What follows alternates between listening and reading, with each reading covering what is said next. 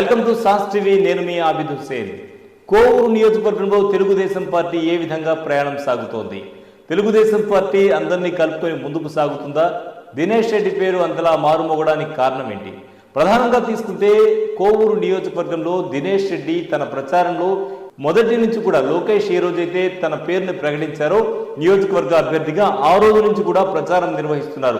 ఒక్కరోజు కూడా విశ్రాంతి తీసుకోకుండా నిరంతరాయంగా ఆయన ప్రతి ఒక్కరిని కలవడం, ప్రతి ఇంటికి వెళ్ళడం, ప్రతి ఇంటి తలుపు తట్టడం, ఆ విధంగా అక్కడ వాళ్ళకు ఉండేటువంటి సమస్యల గురించి ప్రధానంగా తెలుసుకోవడం, తను అధికారంలోకి వస్తే పరిష్కరిస్తానని వాళ్ళకి కొంత భరోసా ఇవ్వడం జరుగుతోంది. అదేవిధంగా ఎవరికి పెన్షన్స్ ఉన్నాయి, ఎవరికి ఇల్లు లేవు, ఎవరికి ఇల్లు ఉన్నాయి, ఇవన్నీ కూడా సేకరిస్తూ ఉన్నారు. వాళ్ళకి నేను అండగా ఉంటాను, మీకేంటి, మీకు ఆధార్ కార్డు లేదా, మీకు రేషన్ కార్డు లేదా, మీకు ఏం కావాలి, ఎలాంటి అంటే పథకాలు మీకు కావాలి, ఇలా అన్ని రకాలుగా వాళ్ళతో మమేకమవడం, వాళ్ళ మంచి చెడ్డలు తెలుసుకుంటూ ముందుకు సాగుతున్నారు. ఇది ప్రధానంగా ఒక లీడర్కి కలిసి వచ్చేటువంటి అంశం. ఎందుకంటే చాలా మంది యువకుడు అంటూ ఉన్నారు.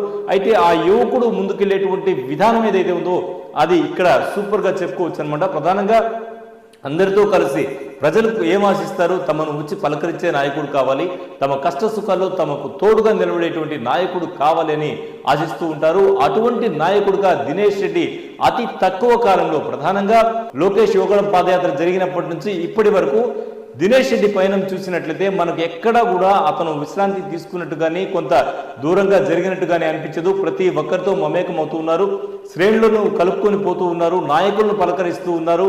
వైసీపీ నాయకులైనా కూడా వాళ్ళ ఇళ్లకు కూడా వెళ్తూ ఉన్నారు, తనకు ఓటేయమని, తనతో పాటు నడవమని చెప్పి కోరుతూ అభ్యర్థిస్తూ ఉన్నారు. ఈ విధంగా తన వాళ్ళని కాదు, ప్రత్యర్థులను కూడా పలకరిస్తూ ఉన్నారు.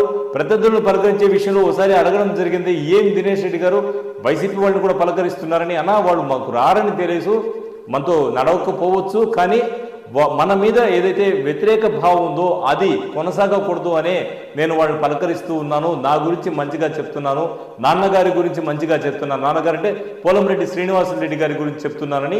సో గడప గడపకు వెళ్ళేటప్పుడు అక్కడ కూడా ప్రజల నుంచి కూడా విశేష స్పందన వస్తుంది. ఇంత మంచి స్పందనతో దినేష్ రెడ్డి అయితే ముందుకు వెళ్తూ ఉన్నారు కోవూరు నియోజకవర్గంలో. మరి భవిష్యత్తు రాజకీయాల్ని దినేష్ రెడ్డి శాసిస్తాడా అనేది అయితే వేచి చూద్దాం. ప్రజలు కూడా అతనికి మంచి రెస్పాన్స్ ఇస్తూ ఉన్నారు. ఇది దినేష్ రెడ్డికి పాజిటివ్ అంశంగా చెప్పాలి.